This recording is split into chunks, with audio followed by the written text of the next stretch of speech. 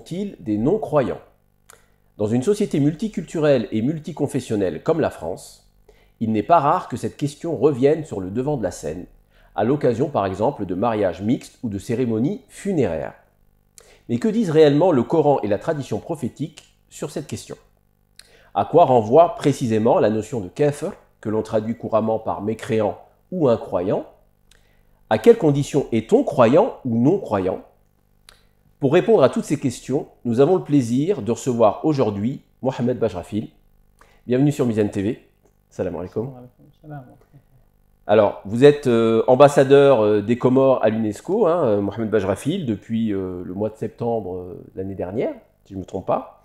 Vous êtes également théologien, linguiste de formation, vous êtes enseignant à l'INELCO et vous êtes l'auteur de plusieurs ouvrages. On va citer Islam de France, l'an 1, Il est temps d'entrer dans le 21e siècle aux éditions Plein Jour.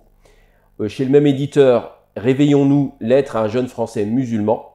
Et chez El Bourak, l'attestation de foi, la shahada. Avec nous également sur ce plateau, Omar Dourman. Salam alaikum. Alors, bienvenue également sur Mizan TV. Vous êtes faqih, c'est-à-dire juriste. Vous êtes président de France Fatwa. Vous faites partie également de l'Union mondiale des savants musulmans. Et vous êtes membre de l'association des Ulama algériens. Alors messieurs, si vous le voulez bien, je vous propose de rentrer dans le vif du sujet. Selon l'islam, c'est quoi un croyant et un incroyant? Est-ce que vous pouvez nous définir ces notions? Peut-être commencer par Mohamed Bajrafil, peut-être une notion, et je laisserai Omar Dourman définir l'autre notion. Voilà. Donc, croyant, incroyant. Alors d'abord, merci pour l'invitation. Bismillah ar-Rahman ar-Rahim.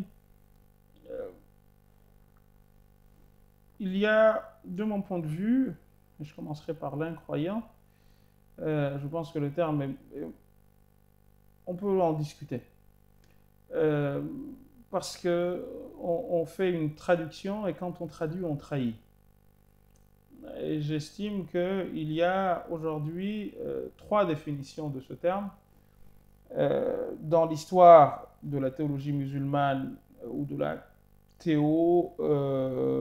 jurisprudence musulmane, il y a eu 4 définitions ou 4 types d'incroyance, comme le dit Naouil Jaoui dans son commentaire sur un livre de l'école shafi'ite qui s'appelle Safinatun Najah. Il dit qu'il y a ce qu'on appelle kufr inad, kufr juhud, kufr nifaq et kufr inkar, dont on parlera. Personnellement, je ne suis pas convaincu de ces définitions. J'estime que la définition... Peut-être traduire ces 4 catégories. Alors, en un mot, c'est ce qu'on pourrait traduire par l'incroyance par hypocrisie, l'incroyance par dénégation, l'incroyance par non-reconnaissance et l'incroyance comment dire, d'insubordination. Voilà, je caricature un peu les choses. Et cet avis de Al-Jaoui, c'est un avis qui est très répandu dans la théologie musulmane. Mais personnellement, je trouve que, selon le Coran, il y a une définition du kafir. Et je trouve que cette définition-là, elle a été mise de côté pour plusieurs raisons, dont des raisons que l'on pourra expliquer le long de ces échanges, qui sont des raisons anthropologico-politico-sociétales ou sociales, qui ont fait qu'à un moment donné, on en est venu à considérer que, et c'est malheureusement le cas aujourd'hui, l'arabe c'est le musulman, et j'ai envie de dire c'est le musulman naturel, et par exemple l'occidental est le mécréant naturel. C'est malheureusement ce qui est dans la tête de beaucoup de gens, autant musulmans que non musulmans d'ailleurs. Hein. Je disais avoir entendu avec stupéfaction un jour dans une émission de télé ici, des gens lambda interrogeaient sur l'islam, les musulmans, et ce n'étaient pas des musulmans, des Français qui n'étaient pas musulmans, parce qu'il y a des Français musulmans et d'autres qui ne le sont pas. Hein. C'est des banalités, mais qu'il faut malheureusement... rappelé aujourd'hui, tellement le niveau est caniveau, qui disait moi je connais des musulmans chrétiens et ces gens-là disaient, les musulmans chrétiens, pour eux, c'était les chrétiens libanais ou égyptiens, etc. Pour eux, c'est des musulmans, parce que musulman, pour eux, c'est arabe. Dans le Coran, la définition coranique du mot incroyant se trouve dans Surat An-Naml. Dieu dit, au sujet de Pharaon et de ses acolytes, وَجَحَدُوا بِهَا وَاسْتَيْقَنَتْهَا أَنفُسُهُمْ ظُلْمًا وَعُلُوًّا. Ils ont refusé, ce que justement Kufr Juhud, dont on a parlé tout à l'heure, par dénégation, par refus de reconnaissance. Ils savent que c'est la vérité. Donc je suis convaincu que ce vers-là, c'est ce vers, mais je ne veux pas le reconnaître. C'est cela la mécréance, d'après le Coran. Nous avons inventé autre chose à côté. Et ce sera peut-être l'objet de nos échanges. C'est-à-dire que tant que la personne, je n'ai pas réussi à le convaincre de la véracité de ce à quoi je l'appelle, elle aura une catégorie, un nom, qu'on appellera, comme le dit Sahib al-Tahbir, Kafir al-Dunya, et d'autres également avant lui, hein, Amir al-Hajj, c'est qu'à sa mort, c'est quelqu'un que l'on ne considérera pas comme appartenant à la religion musulmane de facto, puisqu'on ne le voyait pas pratiquer ceci ou cela, parmi les rites distinctifs de l'islam. En revanche, son salut, c'est là-bas qu'on le saura. Donc pourquoi on l'appelle Kafir al-Dunya? Tout simplement parce que le mécréant d'ici, parce qu'on ne sait pas quel était son sort. Donc à sa mort, on ne lui fait par exemple pas de prière. Là aussi, c'est une question qu'il faudra que nous éclaircissions. Parce que prière ici, ce n'est pas salah. Ce n'est pas la prière au sens d'aller se mettre et faire salat janaza. Ouais. C'est là aussi où les gens se gourrent complètement. Parce que ce n'est pas de cela qu'il est question. Quand on dit prier pour quelqu'un, il faudra aussi que les gens... Mais oui, c'est faire des invocations, vous voulez dire. Exactement. Invoquer Sauf Dieu, que la plupart des gens... la miséricorde de Dieu sur exactement. La plupart des gens pensent que quand on dit prier pour quelqu'un, c'est qu'on va se mettre et faire salat al-mayyit. Ce qui est d'une aberration incroyable. Mais comme tout le monde parle, eh ben, on se tait et on les laisse donc vous dites parler. que le Coran définit l'incroyance, la notion de kufr, oui, par le fait de cacher, dissimuler une vérité que l'on sait être vraie, mais par sa parole publique, on va nier cette vérité. Et d'ailleurs, c'est l'étymon kafara en arabe, c'est caché. C'est ce que ça veut dire initialement en arabe. Kafara, c'est cacher quelque chose. Et c'est pour ça que les agriculteurs, quand ils plantent, on les appelle des kuffars. Dans Surat al-Fath, Dieu parle de ça, hein, quand à la fin de Surat al-Fath, il dit donc, kuffar ici, c'est les plantes qui ont des feuilles suffisamment grandes pour cacher du soleil. Est-ce que c'est le seul sens? Et après, je demanderai à Omar Dourman s'il considère cette définition comme étant complète ou est-ce qu'il y a d'autres éléments à mettre en avant. Est-ce que pour vous c'est la seule... Coraniquement parlant, je ne vois pas d'autre possibilité de définir le kafir autrement. Parce que si on fait autrement, ce qui va se passer c'est quoi? C'est que c'est open bar à tout. Donc le kafir, d'après le Coran, c'est celui-là uniquement. C'est celui qui sait, qui est convaincu de la véracité du message, mais qui refuse de l'admettre. C'est ça le problème, en fait. Mais tant que la personne... Et là, sincèrement, je suis prêt à ce que nous échangions avec tout le monde entier. C'est qu'on n'a pas, coraniquement parlant, et même selon ce qui est véritablement attribuable au prophète, considérer Fouad ou Abdallah comme mécréant, comme non-croyant d'une chose dont on n'a pas réussi à le convaincre. Et je vais aller même plus loin que cela. Il y a des gens qui parlent de a'zar, etc., des excuses qui vont être invoquées. Moi, je vais beaucoup plus loin. C'est-à-dire qu'aujourd'hui, nous sommes arrivés à un point de déresponsabilisation tel que, au lieu de dire que nous n'avons pas réussi, nous avons échoué à transmettre le message aux gens de manière à les intéresser à celui-ci, au lieu de nous indexer, nous, de par notre baisse intellectuelle, de par le côté, j'ai envie de dire, je dirais pas rétrograde, mais en tout cas, peu de développement, peu de progrès sociaux, peu de progrès divers et variés, parce qu'on y viendra également. J'ai essayé de développer une théorie dans un de mes livres sur le fait que les prophètes ont toujours été suivis par une catégorie particulière de personnes, qui étaient les personnes défavorisées. D'ailleurs, il est dit dans le Coran à plusieurs reprises, notamment à l'histoire au sujet de Noé, on voit que les gens qui te suivent, c'est des gens qui ont un peu les laissés pour compte. Pourquoi les messages ont toujours été suivis par des catégories écrasées, etc., etc. Une question intéressante. Ils représentaient justement un nouvel espoir, des idéaux de justice. Exactement, d'égalité, etc. Il se trouve qu'aujourd'hui... Donc pour vous, la responsabilité aujourd'hui du développement, on ne peut pas dire ça comme ça, mais s'il existe des incroyants aujourd'hui, pour vous, c'est la faute des musulmans nous y sommes pour quelque chose. Qui n'auraient pas été à la hauteur du message. C'est une phrase de l'Afghani qui disait, pour que l'islam soit véritablement compris, il faudrait que les musulmans, sauf que ça remonte à 100 ans, cessent de dire que c'est eux les musulmans. D'accord. Omar Dourman, alors, donc, Mohamed Bajrafil expliquait le fait que la définition de kufr, de mécréance ou de non-croyance, pouvait être définie de la manière suivante, rejeter publiquement une chose que l'on sait être vraie intérieurement, si je peux dire les choses comme ça. Est-ce que cette définition est suffisante? Enfin, est-ce qu'elle est complète? Est-ce qu'il existe d'autres éléments que vous souhaitez mettre en exergue dans cette définition? Alors, on parlait du Coran, on peut aussi parler aussi de la tradition prophétique à ce sujet-là. Oui, bismillah ar-Rahman ar-Rahim. D'abord, je te remercie de m'avoir invité. Je remercie les téléspectateurs de Mizan.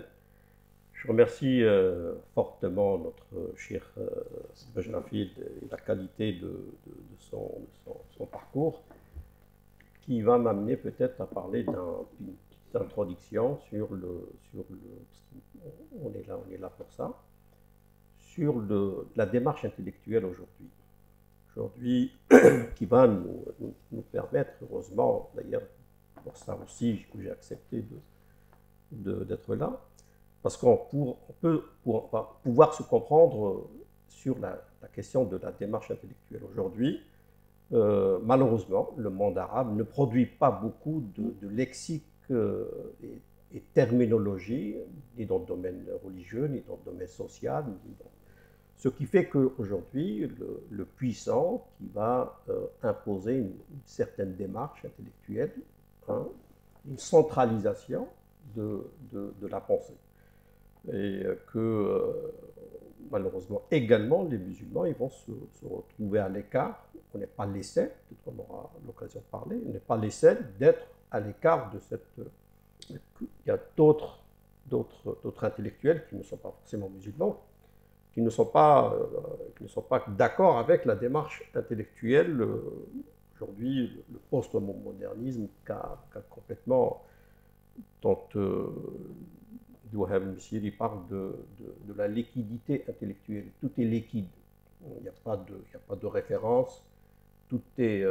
Aujourd'hui, il y a eu très longtemps un combat contre le sacré, donc notamment le sacré religieux, toute la religion confondue.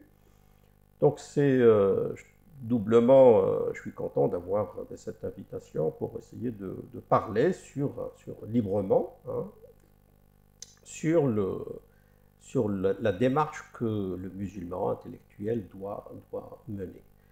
Et il est rappelé par Shafi'i, l'imam Shafi'i, mort fondateur d'une école juridique importante. De 204, mort, que dans son livre La Risala, sur les fondements du droit musulman, il va insister au début de son introduction sur la source des textes musulmans, qui est l'arabe. L'arabe revient, ça revient 5 fois, je crois, dans le Coran. Le texte, il est en arabe.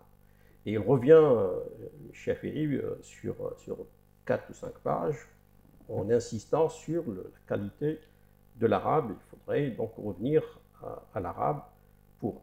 Ça a été, donc, il est mort de 204 et son appel n'a pas été malheureusement écouté et entendu. Châteaubi plus tard, 790, il vient et puis dans son livre. Presque 6 siècles après, quoi. 756, ouais. 5 siècles et demi. Ouais. Et demi après, qui va reprendre la parole de Shafi'i dans son livre Muwafaqat sur les fondements du droit musulman.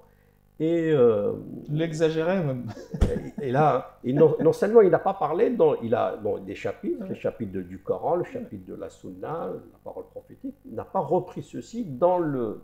On attendait que ce chapitre soit traité dans le Coran. Non, il l'a traité dans les finalités de la charia. D'accord.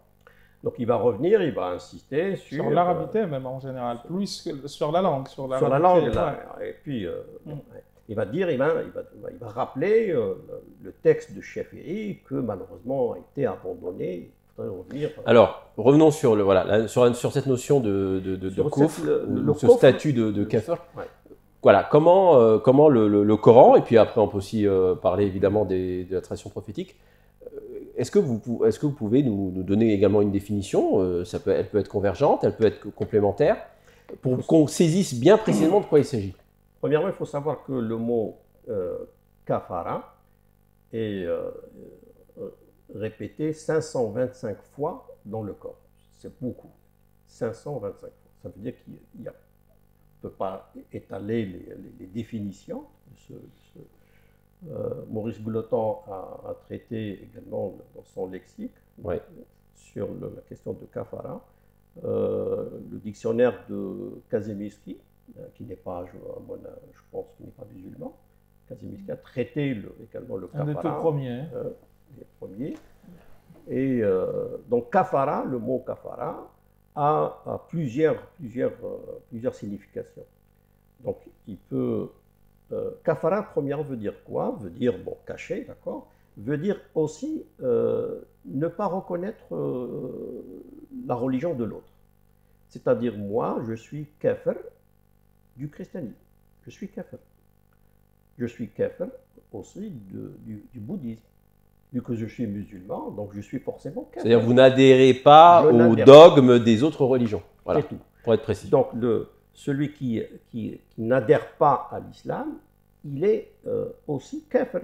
C'est-à-dire le kafir, c'est-à-dire en général, on va lier le mot kafir à une violence, à une non, le kafir, c'est tout simplement la personne qui n'adhère pas à une doctrine. Donc les musulmans eux-mêmes sont aussi des kafirs d'autres doctrines. Ça, c'est une des définitions. D'autres définitions, c'était par rapport à Shir. Après, à l'intérieur de l'islam, le musulman eux-mêmes, ils peuvent être des kafirs. Et là, le mot kafir va prendre une signification de nier les bienfaits. L'ingratitude, quoi. L'ingratitude. D'accord, on ne reconnaît pas le bien qu'on nous fait. Tous les commentateurs de ce verset, c'est un musulman. La personne est musulmane. Le prophète également, quand il va en voyage nocturne, donc il revient, il va dire dans le Bukhari, j'ai vu les femmes et yakfurna. Il va utiliser le mot yakfurna. Et les compagnons posent l'excuse, yakfurna, ils sortent de l'islam, ils disent non, ils vont nier les bienfaits. Mais c'est un autre sens finalement. Là, on n'est pas dans le sens théologique ou religieux.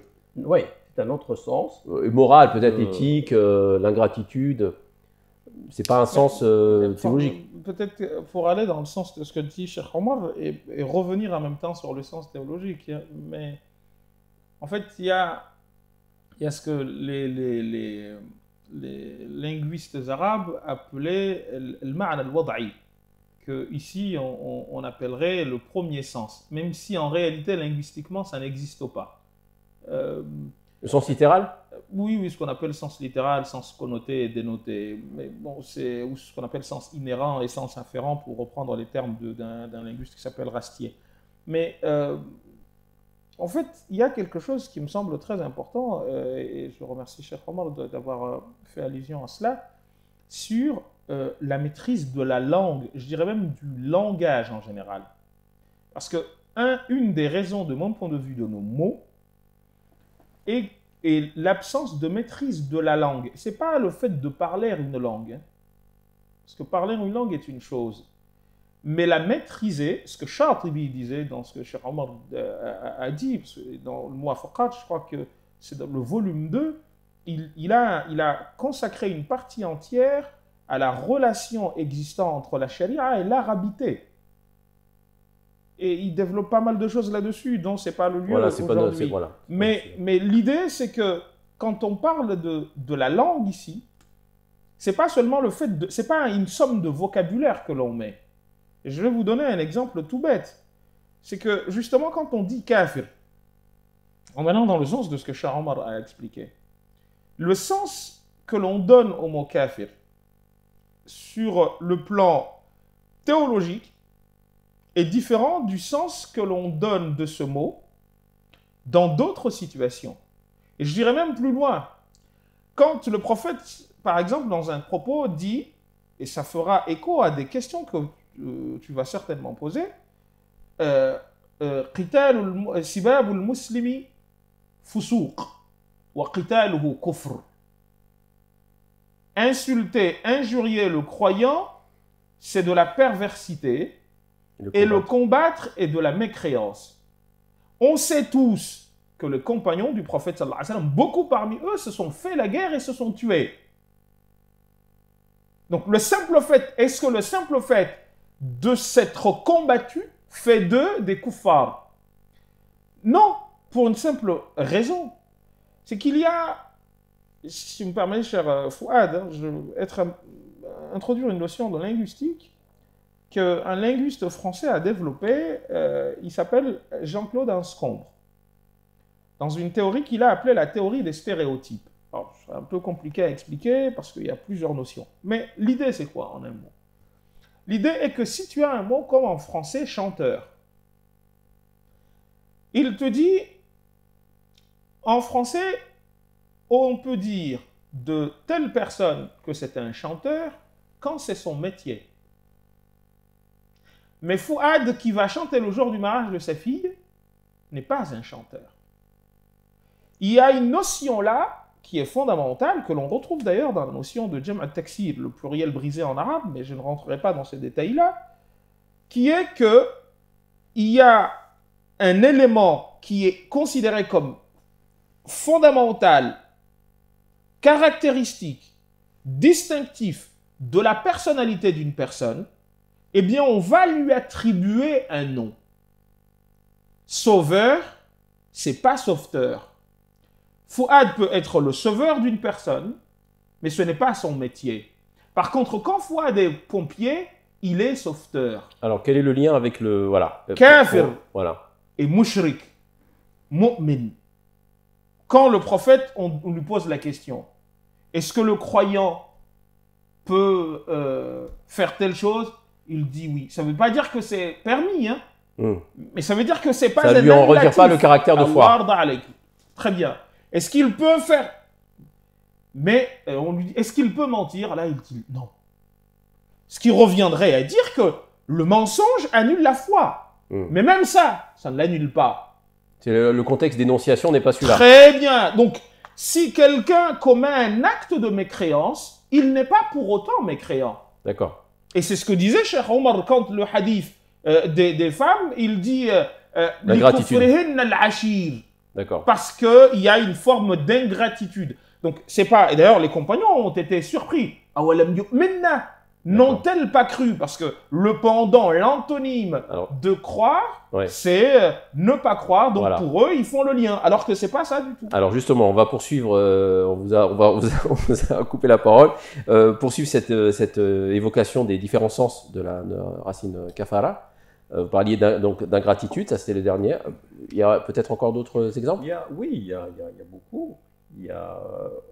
C'est-à-dire que le mot kafara, il y a un niveau, je pense, un niveau très élevé. Le kafara, après, ça se dégrade, ça se descend jusqu'à toucher également les musulmans. D'accord. Le mot kafara. Et chaque fois, il prend un sens propre.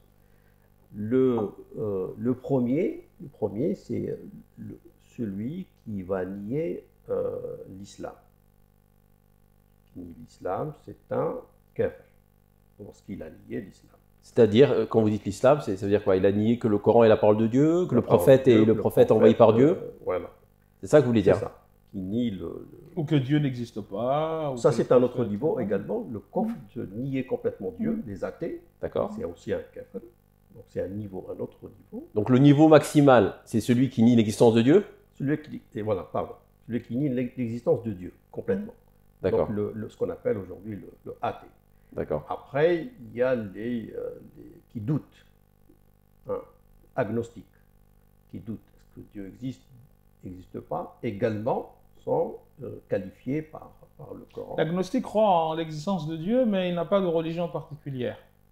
Non, ça c'est le déiste. Le déiste et le théiste. Il croit en l'existence de Dieu, il n'a pas de religion. Mais l'agnostique, il ne sait pas. Dans l'agnostique, il ne sait pas. Il ne se prononce pas. Il ne sait pas, voilà. Ouais. Il n'a pas de réponse à cette question, enfin à ce sujet. Donc pour l'instant, il est considéré comme kafir également. Mais c'est un autre niveau. Après, il y a les mouchriks, ceux qui ont associé notre divinité avec Dieu. Donc, quand on détaille encore, c'est des mouchriks, oui, mais donc il y a des conséquences d'un mouchrik, parce qu'il croit, peut-être qu'il croit, il a une croyance, il est croyant, mais donc des conséquences sociales, on peut se marier avec eux, on peut les aimer, l'amour n'est pas contrôlé, c'est un sentiment. Le prophète lui-même aimait son oncle, Abu Talib, quand lui-même lui dit « Innaka la tahdi man ahbabta » tu ne peux pas guider ceux qui tu aimes. Donc il a validé l'amour. Donc à chaque fois le niveau descend, donc il y a des conséquences sociales, relationnelles qui vont se développer. Il faut pas... Donc il y a plusieurs sens finalement. C'est une notion polysémique. Jusqu'à toucher les agriculteurs. Il y a pas, alors, mais si on reste sur le contexte religieux, sur le plan religieux, théologique, qui est ce qui nous intéresse ici. Donc finalement, il y a une polysémie de la notion qui fait que elle concerne différentes catégories de personnes. C'est-à-dire, il n'y a pas un seul sens. On ne pourrait pas donner un seul sens. Si je comprends bien, on ne pourrait pas définir la notion de kafir sur le plan religieux d'une seule manière. Il y aurait ce qu'on appelle l'athéisme, d'une part. Vous disiez ceux qui ont des croyances, disons, par exemple, polythéistes, de cet ordre-là. Ça rentre, alors c'est du shirk, etc. Mais bon, il y a des termes précis, mais bon. Et vous disiez aussi ceux qui nient catégoriquement le message de l'islam, l'origine divine du Coran, la mission du prophète, etc. Vous disiez aussi que c'est considéré comme une notion de... Donc on a plusieurs définitions. Plusieurs définitions du kafir, et puis les conséquences, comme je l'ai dit, chacun a des conséquences sociales. Peut-être qu'on aura l'occasion de parler sur les conséquences sociales, ça n'a rien à voir avec le coffre de... Le coffre, c'est le jour du jugement. Le jour dernier, les personnes qui sont morts sur cette notion de coffre, ceux-là, ils ont des conséquences autres. Mais dans ce bas monde, aujourd'hui, le coffre, c'est juste un lexique pour définir le statut de la personne et statuer également sur la relation sociale. Un athée, c'est-à-dire, par exemple, un athée, on ne peut pas se Vous voulez dire dans les sociétés qui étaient majoritairement musulmanes et qui vivaient selon une législation islamique, c'est ça que vous voulez dire? Parce que dans notre contexte, en tous les cas en France, ici ou en Europe, la situation est différente. Alors, avant de donner la parole à Mohamed Bajrafi, je voudrais quand même mettre en avant un élément que je trouve intéressant. On remarque quand même que dans la définition étymologique de kafara que vous soulignez tout à l'heure, c'est-à-dire le fait de cacher ou de dissimuler au fond de soi sa croyance, enfin là dans le cas de la foi, finalement ça implique la négation de l'athéisme. Parce que l'athéisme, c'est quoi? C'est le fait de postuler qu'on ne croit pas en l'existence de Dieu. Donc, pour beaucoup d'athées, considèrent qu'ils sont sincères dans leur athéisme. Mais si je comprends bien la perspective islamique, en tous les cas linguistique, étymologique, un athée serait soit un menteur, soit un hypocrite, ou une personne aliénée, c'est-à-dire qu'il ne serait même pas... donc finalement, cette notion étymologique de kafara, le fait de cacher sa foi, c'est quand même une dimension consciente. On cache sa foi, ça nie totalement la notion d'athéisme. Vous voyez ce que je veux dire ou pas? Bah, en fait, moi, ce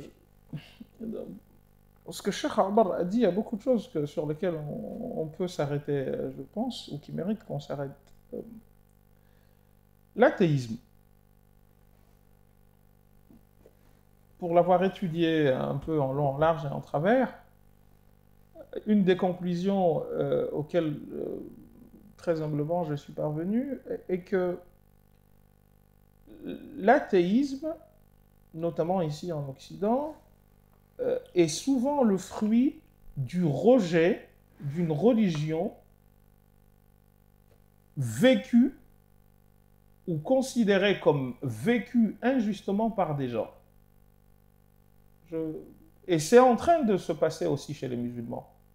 C'est-à-dire que les personnes qui disent ne pas croire en l'existence de Dieu le font souvent, et je l'ai dit dans un bouquin que tu as cité tout à l'heure, l'attestation de foi, par opposition à une doxa ou à une praxis apparentée ou apparentable à une religion donnée. Donc une croyance ou une pratique. Exactement. Qui est dominante dans un endroit donné, que le philosophe ou la personne lambda considère comme injuste. Et c'est là-dessus où El-Ghazali dit quelque chose qui me semble très intéressant dans son petit épître intitulé, dans sa petite épître intitulée Faysal al-Tafriqa bayna al-Islam wa al-Zandaqa. Il distingue, justement, la question, tu y viendras très certainement, 3 types de personnes parmi les personnes dites gens du livre, sur lesquelles on reviendra très certainement. Il dit, il y a des gens, parmi les gens du livre, ceux qui ont vécu avec le prophète, qui ont vu, puisque le Coran lui dit que vous trouvez, que vous trouvez présent chez vous, écrit, fit Tawrat wal Injil, dans les évangiles et la Torah, eh bien, ceux qui ont vécu avec lui. Et là-dessus, si tu me permets, cher Fouad, il y a quelque chose de très important à dire. C'est que le message du prophète va durer 23 ans, durant lesquels il vit avec des gens qui le connaissaient avant, qui ont vu le message qui était le sien, et auquel le Coran dit qu'il a envoyé des messages en termes de miracles, dont le but était de les convaincre de la véracité du propos. Ouais. Ce qui contraste avec des gens qui aujourd'hui vivent avec Fouad et Mohammed, qui sont des piètres représentants d'une religion, qu'ils présentent souvent mal, pour plusieurs raisons. La personne qui ne croit pas en Fouad et Mohammed, pour moi, n'est pas mécréante. Elle est mécréante de ce que toi et moi nous dégageons comme... Alors il y a 2 niveaux différents, oui. Si vous me permettez. Vous avez commencé sur l'athéisme, oui. Voilà, et puis après sur le fait de ne pas adhérer à l'islam, mais ça on peut ne pas adhérer à l'islam parce qu'on adhère soit par héritage, soit par adhésion à une autre religion, voilà, mais sur l'athéisme, je veux dire, vous avez des gens, il y en a certains qui sont médiatiques, on ne va pas les nommer, mais qui militent pour l'athéisme. Mais je te dis l'histoire de l'athéisme. Est-ce qu'on dit quoi de ces gens-là? Ils ne sont pas sincères, ils croient mais ils disent qu'ils ne croient pas. Non, ce n'est pas une question de sincérité. Quand tu regardes bien l'histoire de l'athéisme, tu étudies l'athéisme comme mouvement de pensée, etc. Je peux te dire que souvent, c'est par opposition à une foi dominante dont ils rejettent la pratique. Et en fait, le rejet, et c'est un tort, hein, je ne suis pas en train de le justifier, mais l'idée, c'est de comprendre que... c'est de la faute des croyants s'il y a des en fait, croyants. Mais le prophète... Mais est-ce que c'est pas déresponsabiliser les personnes de leur opinion? C'est le Coran qui le dit. Le Coran dit au prophète cette belle phrase. j'aimerais que tous les musulmans du monde entier méditent à chaque fois. Il est dit au prophète de dire à ses compagnons qui étaient les meilleurs, Ali ibn Abi Talib, Abu Bakr al-Siddiq, Omar ibn al-Khattab, Othman ibn Affan, la crème de la crème. Il lui est demandé de dire quoi? Walaw kunta faddan, si tu étais grossier, ghalidh al-qalbi, d'un mauvais cœur, d'un cœur lourd, l'anfaddu min hawlik, il t'aurait abandonné. Si cela est dit au prophète, en direction de ses compagnons, c'est-à-dire ses premiers, son cercle le plus restreint, que doit-il être des autres Fouad? Donc c'est pour insister sur l'importance du comportement Mais bien comme entendu, preuve vivante du message. En fait, c'est un message que tu ne vis pas, n'en est pas un. Et c'est pour cette raison qu'Al-Ghazali, dans Faisal al-Tafriqa, disait, il y a ceux qui ont vécu avec le prophète, qui ont vu que c'était la vérité, d'où la notion de istayqanatha anfusuhum. Les cœurs sont convaincus, mais ne veulent pas le reconnaître. J'aimerais tellement, parce qu'en réalité, c'est la seule définition coranique de cette question-là. C'est ce qui nous sauve de tout débat. Tu sais que Cheikh Omar, ce qu'il dit est vrai. Et d'ailleurs, Pharaon, dans le Coran, vous avez énormément de cas qui parlent de son rapport au message de Moïse. Il savait que c'était vrai, et c'est pour ça que Dieu dit, il parle de deux conditions par rapport à cette mécréance. Zulman wa uluwa. Injustice et orgueil. Mais qui est-il celui-là là, pour que je le suive? Alors que son peuple était sous mes responsabilités, sous ma domination. Tu es qui, toi? Et c'est exactement ce qui va être dit au prophète, sallallahu alayhi wa sallam. Ce qui m'a poussé, moi, à dire dans un de mes bouquins qu'il y a en réalité deux types de mécréances. Ce que j'ai appelé la mécréance qurayshite, dont je dis que certains musulmans sont touchés, et la mécréance pharaonique. La mécréance pharaonique, c'est la mécréance, justement, expliquée de la violence. Si tu ne suis pas, je vais te tuer. Et la mécréance qurayshite, c'est la mécréance des habitus. Nous, parce que les Qurayshites, ils ont refusé le message en disant ce que tu dis est vrai, nous savons, mais nous avons les habitus de nos parents. Inna wajadna aba'ana. Ce que malheureusement aujourd'hui, nous avons malgré nous mis en avant sans nous rendre compte que nous sommes en train de faire exactement ce que le Coran a reproché aux gens de Quraysh. Omar Dourman, voilà, comment vous recevez ces propos? Est-ce que la notion de mécréance doit être fortement enracinée par rapport à l'époque du prophète, salam, sur le fait que finalement, comme cette preuve vivante de la véracité du message à laquelle certains ont refusé d'adhérer par orgueil, voilà, et que finalement, au-delà de cette époque prophétique, la notion de mécréance doit être quand même reliée à la manière dont les personnes perçoivent le message. Est-ce que pour vous, ça c'est essentiel, ou est-ce que finalement, on ne pourrait pas dire que nul n'est censé ignorer Dieu? On parle de nul n'est censé ignorer la loi, nul ne serait censé ignorer Dieu. Et est-ce que finalement, ce n'est pas une manière de déresponsabiliser les gens? Comment vous voyez les choses? Oui, Cheikh Jarafil a bien terminé avec l'exemple de Pharaon, Dhulman wa Uluwa. C'est par orgueil. Et je crois en général, tous les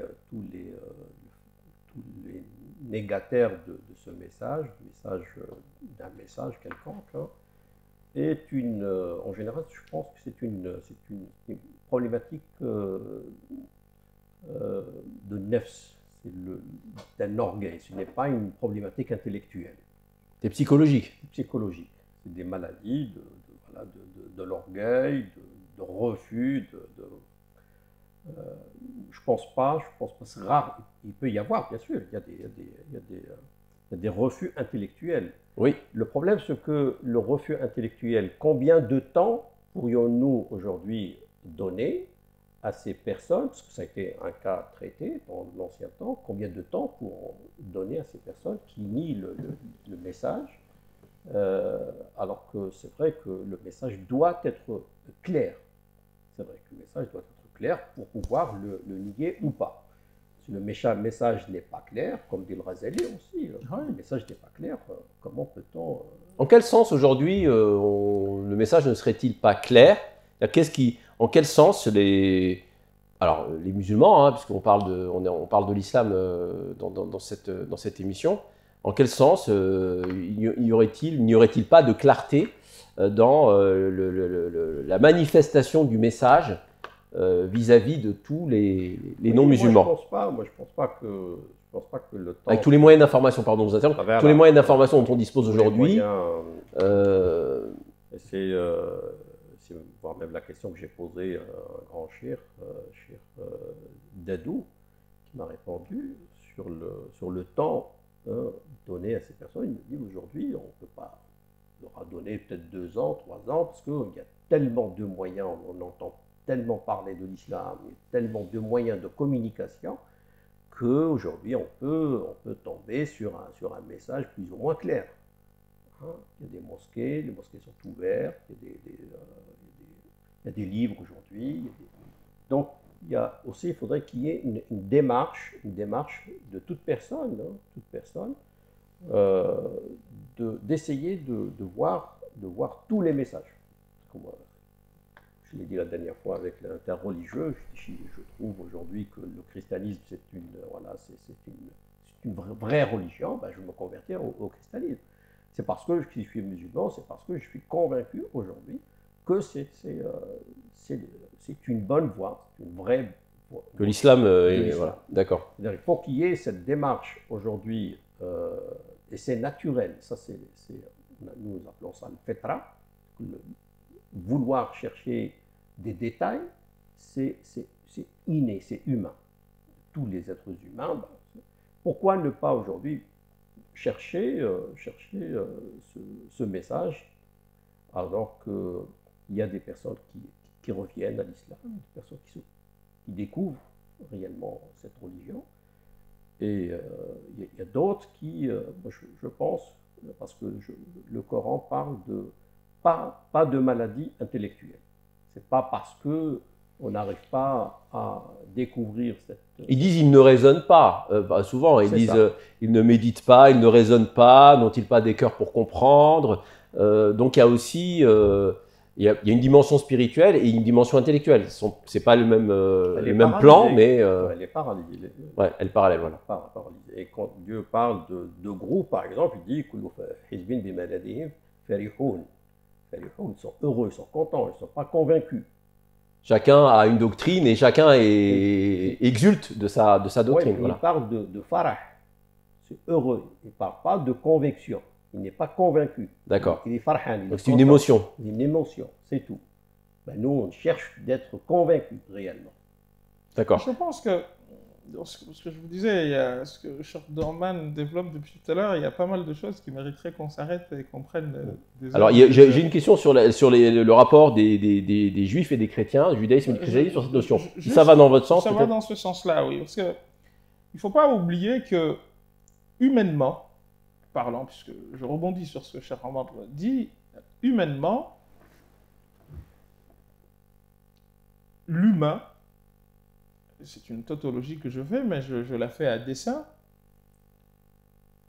obéit ou croit à la religion ou à la doctrine dans laquelle il naît. C'est-à-dire, en d'autres termes, que plus de 80% des croyants des religions du monde le sont par héritage. Et cela m'amène et ça c'est Dieu qui a voulu que ce soit ainsi. C'est-à-dire que quelqu'un, en fait il en est des religions comme, au risque de caricaturer, mais pour mieux rapprocher la notion, il en est d'une religion comme d'un repas, ou d'un système culinaire, au sens global du terme.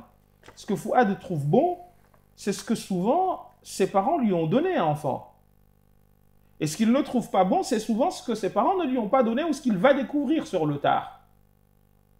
Je n'aime par exemple pas la sauce gombo, qui est une très bonne sauce que l'on mange en Afrique de l'Ouest, parce que ce n'est pas dans mes habitudes culinaires. Et c'est une manière de dire que, attention, même la religion... Oui, mais là, vous dites que c'est un déterminisme culturel. Non, mais... Alors qu'il y a la conversion, il y a beaucoup de gens qui se convertissent à l'islam, il y a des gens aussi qui perdent la foi. Ce que tu dis là ne contredit en rien ce que je suis en train de te dire. 99% des musulmans du monde aujourd'hui sont des gens nés dans des familles musulmanes.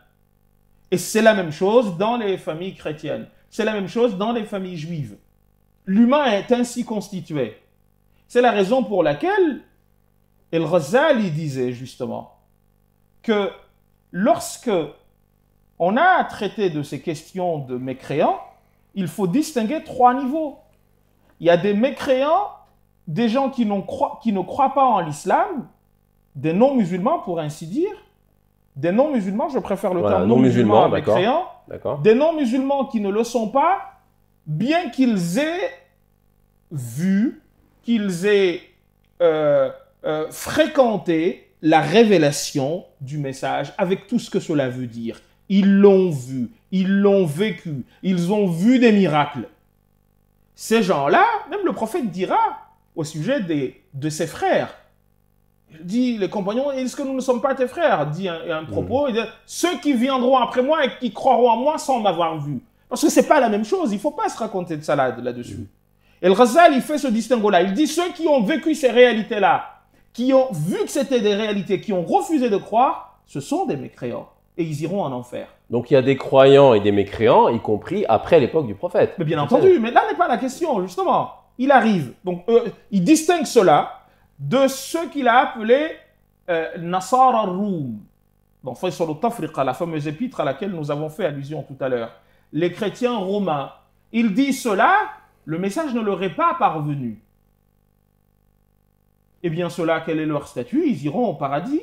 Alors, il y a des débat, est-ce qu'on va leur faire passer un examen dans ce qu'on appelle l'Araf? J'arrive. Alors, est-ce que les juifs et les chrétiens J'arrive. Et troisième point, sont mécréants, incroyants, non-croyants, du tout comme vous le voulez. Si j'arrête le développement... Parce que cher Omar Dorman disait qu'il y avait cette catégorie, pardon, c'est juste pour compléter, dans les différentes catégories de kufr, il y avait aussi, en tous les cas dans la tradition musulmane, une catégorie qui concernait ceux qui rejetaient le message de l'islam. Hein, c'est bien ça. Oui, donc, est-ce que, du coup, d'où cette question, est-ce que par rapport à cette catégorie-là, est-ce que les juifs et les chrétiens sont, du point de vue coranique... Ce qu'il a dit, Cheikh Omar, est d'une logique patente sur cette question-là. C'est de dire que je ne suis pas chrétien parce que je ne suis pas convaincu que le christianisme est le message qui me garantit le salut. Pour moi. Et le chrétien, je dois l'entendre moi aussi, et ne pas être dans une position de moquerie, parce que c'est pas ce que fait le Coran, du tout. Parce qu'on distingue, on n'arrive pas à distinguer des joutes verbales à des moments précis de l'atmosphère générale. Le Coran a seulement utilisé à 2 reprises le terme « Ya ayyuhal kafirun ». Or, aujourd'hui, c'est un mot qui revient tout le temps. Vous êtes des mécréants. Seulement 2 fois. Une fois ici et une fois là-bas, à l'au-delà. Donc, ce n'est pas un mot avec lequel on jouait. Dans le Coran, c'est un terme qui revient très souvent. C'est ce qui a été dit. Non. Le terme, des centaines de fois. Oui, mais Fouad, le verbe kafara, c'est pas la même chose que de s'asseoir et de dire Ya ayyuhal kafirun, oh vous les mécréants. D'accord. Il y a beaucoup de choses derrière, en fait. Mais bon, on développera si tu veux. Mais j'aimerais vraiment insister sur la dernière étape ou la dernière catégorie de Al-Ghazali dans Faisal al-Tafriqa. Il dit, la 3e catégorie, c'est la catégorie de gens qui ont certes entendu parler de l'islam, mais de manière à ne pas les intéresser à l'islam. Qu'on pourrait appeler bisura mushawwaha en arabe. Or, moi personnellement aujourd'hui, quand je vois l'état dans lequel les musulmans du monde entier se trouvent aujourd'hui, entre nous, combien de fois toi, Fouad, tu as entendu des gens dire « Heureusement que j'ai connu l'islam avant de connaître les musulmans ». C'est-à-dire que nous sommes dans un état tel que très peu de gens, et je suis désolé d'être comme ça, parce qu'en fait, des gens vont dire « Mais vous parlez tout le temps de nos défauts ». En fait, quand tu éduques un enfant, quand tu éduques quelqu'un Il y a beaucoup de personnes qui se convertissent à l'islam, qui ont fréquenté des musulmans, même si ils n'ont pas forcément, même s'ils ont pu faire preuve d'excellence par rapport à eux. Mais c'est une réalité factuelle. Non, elle n'est pas factuelle, puisque les chiffres te donnent raison. En France, les chiffres te donnent tort. 15% de musulmans qui quittent l'islam contre 7 qui rentrent. Donc on a 2 fois plus. Retourne à ce que Arab Center a fait comme recherche sur la question. Il y a une thèse de Mais où doctorat. ça, dans le monde entier ou en Ici, France? là, je te parlerai de la France et de la Belgique. Il y a une thèse de doctorat qui a soutenu il y a 2 ou 3 ans, qui revient sur ces choses-là. Ce qui fait que moi, j'ai toujours dit aux gens qui disent contents, qui se disent contents parce que quelqu'un rentre dans l'islam, vous ne vous demandez jamais combien de personnes s'éloignent de la religion musulmane à cause de ce que nous faisons. Ça, on veut pas, c'est tabou chez nous. Mais les études scientifiques qui, elles, ne souffrent pas de... Elles sont têtues, en fait. Hein. Les chiffres te disent qu'on est à peu près à 15% de gens qui quittent l'islam. Après, il faut voir, est-ce que c'est un sondage, une enquête? C'est une enquête de recherche, une thèse de doctorat. Je ne connais pas cette enquête. Je sais plus, j'ai oublié le nom de l'auteur de la thèse. Et voir les différentes causes. Est-ce qu'il y a un problème de transmission aussi? La première cause, c'est la manière dont les musulmans présentent la religion. Et ça m'a marqué, cher Fouad. La première cause, et c'est pour ça que ça rejoint exactement la nature dont parlait cher Omar tout à l'heure. Quand le prophète, Dieu lui dit, il lui a pas, c'est fondamental en fait. Je ne sais pas pourquoi ce verset-là, il est toujours évacué. Alors que pour moi, c'est comme on dit en arabe, marbatul faras. C'est là où on attache, c'est là où il y a toute la question. Ce verset n'a pas été répété plusieurs fois dans le Coran. Si tu étais grossier d'un mauvais cœur, ces gens-là, aucun d'eux ne serait resté autour de toi. Donc ça veut dire encore une fois que celui qui reçoit un message, celui qui l'incarne, doit pour moi avoir doit répondre à cocher 3 cases. La première case, on en a parlé un peu tout à l'heure, c'est que ce doit être quelqu'un qui présente quelque chose sur le plan des progrès sociaux de novateurs, appelé à l'égalité, à la justice, etc. Deuxièmement, en termes de comportement, se distinguer de la masse.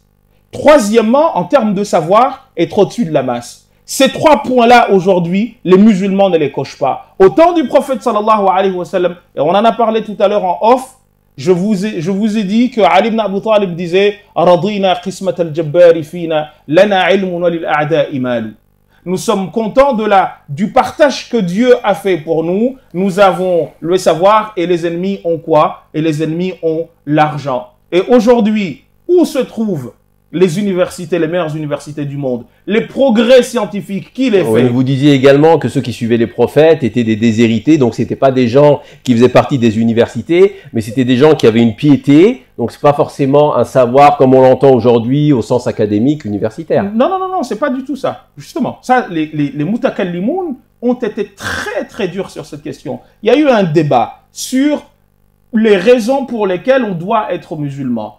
Les Hanbalites, considérés comme littéralistes, sont les seuls, comme le dit très bien Taftazani, sont les seuls à avoir dit que l'on pouvait hériter de la religion. Tous les autres mutakallimoun considèrent qu'on ne peut pas hériter de la religion, il faut que ce soit une démarche intellectuelle. Et ils donnaient l'exemple justement du berger, du bédouin, qui disait, pour découvrir Dieu, il a dit, regardez les traces du chameau. Exactement. Les traces prouvent la taille de la bête, en fait. Et il dit, moi je reconnais Dieu à travers les quoi? Et d'ailleurs, le Coran nous dit, sanurihim ayatina fil afaqi wa fi anfusihim hatta yatabayyana lahum. Et là, il y a cette notion, Cheikh Omar parlait de date tout à l'heure. Je suis pas très d'accord avec. Alors, je vais lui en donner la parole pour équilibrer comme la prise de parole. Merci beaucoup. Omar Dourman, donc sur ce statut des non-musulmans, parce on parlait tout à l'heure de l'athéisme, on en a un peu parlé. Maintenant, on revient sur cette notion des différents groupes religieux ou des personnes qui ont d'autres croyances. Alors, Mohamed Bajrafil insiste beaucoup sur le fait déjà de connaître les sources, les dogmes, avoir une connaissance, et également sur le comportement de ceux qui portent un message. Est-ce que aujourd'hui, que peut-on dire par exemple sur le statut des juifs et des chrétiens du point de vue de cette notion de kufr, quand on sait que, par exemple, il y a certains versets, certains signes coraniques, alors je vais citer la sourate 5, verset 18, signe 18, concernant les chrétiens, donc, font preuve de mécréance ceux qui disent, ouvrez les guillemets, Dieu est en vérité le Messie, fils de Marie. Donc, on a ici une allusion à la notion d'incarnation. qui concerne la quasi-totalité des dogmes des églises chrétiennes, catholiques, protestantes, orthodoxes et d'autres. Et donc là, là, on cible vraiment ce signe en tous les cas. Alors évidemment, il ne faut pas les prendre isolément, mais ce signe cible directement un point de dogme et le relie à cette notion de mécréance. Donc quel est le statut, à la lumière de ce type de verset, quel est le statut des juifs et des chrétiens par rapport à cette notion de kafir? Oui, de toute façon, c'est tellement concentré que il a rappelé, Cheikh Bajrafil, qu'il faudrait, pour chaque détail, développer encore plus, qui est justement aujourd'hui le malheur de notre époque. On n'a pas la force d'écouter un peu de détails. On est toujours avec les moyens de communication aujourd'hui. Hein, avec un tweet, on résume la totalité de la pensée qui est complètement faussée. Je reviens à un hadith extraordinaire pour hadith authentique dans le Bukhari. Le prophète sallam parlait de trois personnes, un chauve et un lépreux et un aveugle, qui ont été éprouvés par un ange. Et l'ange vient, l'histoire est connue, il vient voir le chauve, il va échouer dans l'épreuve, le lépreux va échouer dans l'épreuve, et l'aveugle, il va s'en sortir. Moi, la question que je voulais poser, pourquoi l'aveugle a pu réussir? Il y a quand même une notion sociologique qui peut nous garantir une réponse peut-être. Je pense que dans notre société aujourd'hui, partout dans les pays musulmans et non musulmans, l'aveugle est toujours accepté socialement. Il est toujours bien, on s'occupe bien de lui, et c'est tout au bled, on a des aveugles dans le quartier, c'est très bien. C'est-à-dire que la sociabilité de la personne, c'est-à-dire les autres, hein, ont contribué à la réussite de cette personne. Parce que d'ailleurs, le chauve, il va dire « les gens m'ont rejeté ». Les gens m'ont rejeté. Et l'aveugle, il dit « j'aimerais bien voir les gens ». Les gens ne l'ont pas rejeté. Mais ça n'exclut pas la responsabilité du chauve et de lépreux. C'est-à-dire vivre dans une société musulmane, forcément, à 90% va donner un musulman. Vivre dans une société chrétienne, forcément, va donner un chrétien. Et ainsi de suite. Mais ça n'exclut pas la responsabilité. La preuve, il y a des musulmans qui sortent de l'islam. En France, la France a été un pays, alors c'est un pays de tradition catholique, mais il y a eu une sécularisation très forte qui fait qu'aujourd'hui, là aussi, il y a des sondages qui sont sortis, une majorité de Français se dit non croyante. Donc, ça évolue. Le fait qu'un pays ou une population ait une religion, c'est pas figé dans le marbre finalement. C'est pas parce que la personne est la preuve, on dit même dans les pays musulmans, la personne est née dans une société musulmane et il peut sortir de l'islam. Bien sûr, bien sûr. Il peut sortir de l'islam. C'est-à-dire qu'il y a cette démarche individuelle et la responsabilité de chacun, bien sûr, avec les épreuves. On n'est pas au paradis dans ce monde, on est dans un monde d'épreuves, hein, religieusement parlant, et que les personnes, ils sont tout à fait, premièrement, responsables. C'est pas parce que je suis né dans pareil, nous, on est grandi dans un pays musulman, dans une famille musulmane, mais plein d'actions qui n'étaient pas forcément musulmanes, qu'on a pu éradiquer, on a pu... Alors, sur ce statut, puisque j'ai cité un signe coranique, mais j'aurais pu en citer un autre qui disait que, certes, on crut... et puis le verset énonce une série de catégories de différentes religions, dont les juifs, les chrétiens, les sabéens, etc., si je me mémoire est bonne. Voilà. Donc on pourrait dire, bah tiens, on a deux versets qui semblent, enfin en tous les cas pour les chrétiens, par rapport à celui que j'ai cité, qui semblent se contredire. Est-ce que vous pouvez comme nous apporter une précision là-dessus? Est-ce que le Coran parle de lui-même, donc nous dit هو الذي أنزل عليك الكتاب منه آيات محكمات هن أم الكتاب وأخر متشابهات. le Coran contient des versets clairs et précis, hein, qui sont la base même du Coran, et d'autres qui acceptent la possibilité de l'interprétation. On peut les interpréter. C'est-à-dire qu'il y a deux sortes de versets, les versets clairs et précis, que eux-mêmes, ils doivent, ces versets qui doivent gérer les versets qui sont équivoques, qui peuvent muhkamat, on doit, les mutashabih revient à muhkam, al-muhkam. Donc, on a dit, le coffre plusieurs niveaux, mais socialement, religieusement, il y a beaucoup de croyances. C'est-à-dire, le chrétien, c'est un croyant, il croit. Mais est-ce qu'il croit à l'islam? Il croit au christianisme? Ben, il croit au christianisme. Donc, il est en parallèle, il est kafir vis-à-vis de l'islam. Et le musulman, il est kafir vis-à-vis de le christianisme, et ainsi de suite. Le judaïsme également. Le juif, il est kafir. Tout simplement, il n'accepte pas, il nie cette religion. Parce que je pense qu'on a associé le mot kafir à une violence. Ou violence sociale, ou violence physique. Ou violence... Non, kafir veut dire qu'il ne reconnaît pas la doctrine. Donc on est tous kafir de quelque chose. Donc oui, le chrétien, pour nous, ben, il ne croit pas à l'islam. Donc il est kafir vis-à-vis de cet islam. Le juif également, Oui, c'est réciproque en fait. Ce que vous dites, c'est réciproque dans tous les sens finalement. Intellectuelle, dont il parlait, cher Jarafil, la responsabilité intellectuelle, de faire une démarche intellectuelle, les MLKM, ils ont parlé de ça, ils ont parlé de le minimum. Le minimum, la personne doit fournir, et le minimum dépend de chacun.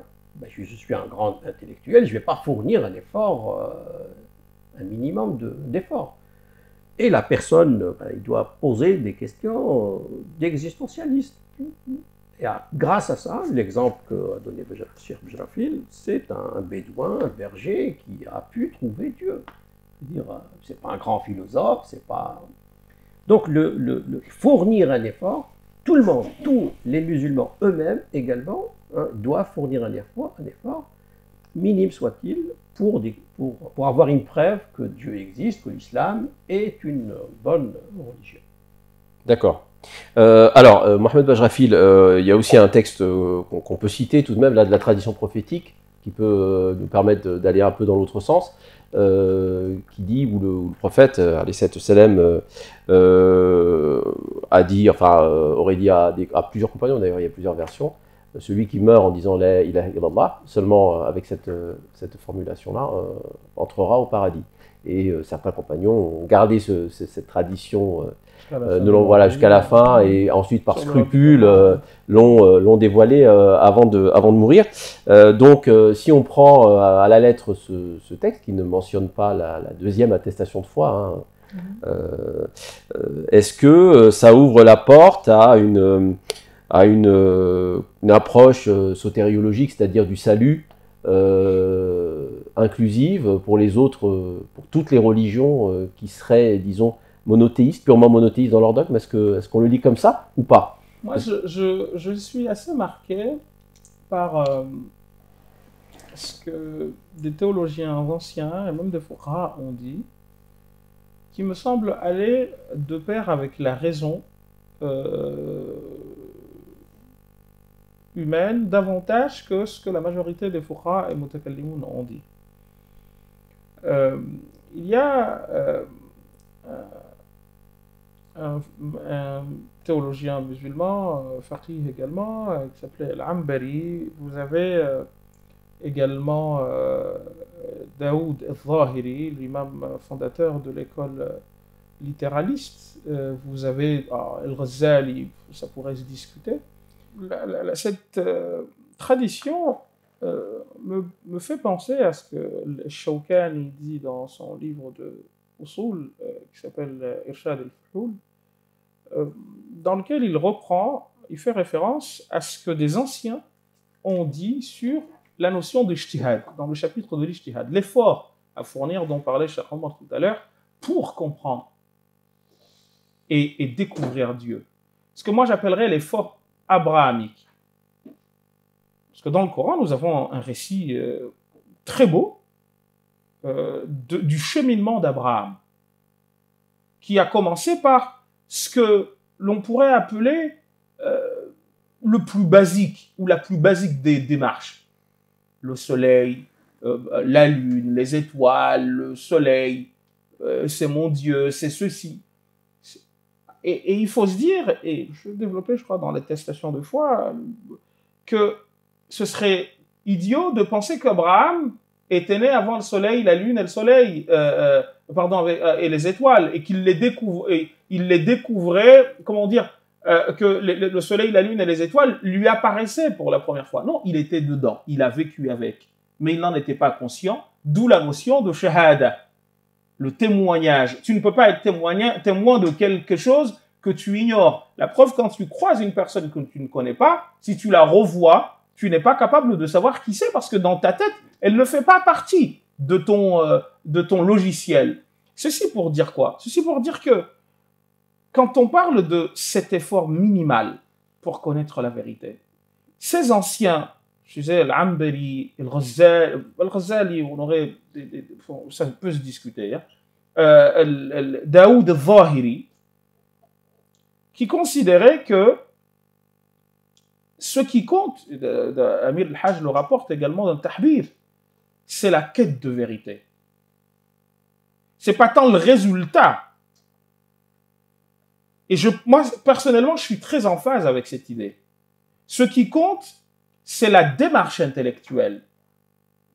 Partant de l'idée que souvent, on est prisonnier des habitus. Tu parlais tout à l'heure de déterminisme social. Et culturel, ouais. Et culturel. On est souvent prisonnier de cela. Et nous, musulmans, nous avons du mal, pas seulement musulmans d'ailleurs, hein, parce que même les chrétiens et les juifs aussi, nous avons du mal à nous mettre dans la peau de l'autre. C'est quelque chose de très, très, très important, de très dur et de très courageux que de quitter, je dirais pas le cocon, les habitus. C'est une partie de soi que à laquelle on renonce. Et c'est d'ailleurs pour cette raison que la symbolique est forte en islam. Hein. On nous demande même de nous laver et de changer les habits quand on se convertit. C'est comme si, en fait, tu renaissais, en fait. C'est comme si tu muais. Ouais, souvent des noms de convertis à titre symbolique. Ouais, oui, mais c'est pour marquer symbolique. Oui, mais qui ça règle de passage. Je ne parle pas ju- sur le plan juridique, mais Ouais, je bien parle entendu. la dimension symbolique. Moi, je suis contre ça parce que Voilà. là, pour le coup, on s'inscrit dans autre chose. Et c'est souvent... Mais eux ressentent le besoin, souvent. Oui, mais c'est comme si, en fait, ces conversions-là peuvent être souvent problématiques. C'est d'ailleurs pour cette raison qu'on trouve que quasiment la moitié des personnes qui se radicalisent et tombent dans la radicalisation violente sont des convertis. Parce qu'il y a comme un rejet, une sorte de haine de soi.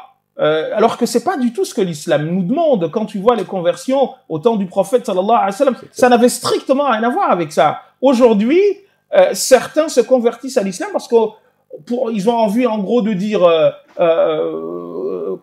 des méchancetés à la société dans laquelle ils sont nés. Et ils trouvent que la manière de le faire, dans les années 70, c'était en devenant hippie. Aujourd'hui, c'est devenu à la mode et beaucoup s'embarquent dedans et on retrouve des choses assez intéressantes. Je suis pas en train, encore une fois, de jeter la pierre à l'ensemble. Ouais, il faut pas généraliser. Pas du voilà. tout, pas du tout. Mais je suis en train juste de mentionner cela. Pourquoi? Parce que ce que vous dites là, le propos que vous dites, c'est quoi? Ce hadith-là, en réalité, il est repris dans le Coran, ou plutôt le Coran, en fait, il reprend le Coran. Le fameux verset de l'égalité.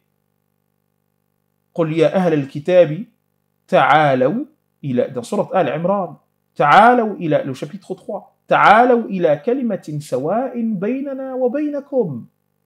Venons à une parole commune. Venons-en à une parole commune. Donc entre musulmans et chrétiens. Et chrétiens. Sauf que là, il aurait pu dire Ya Nasara.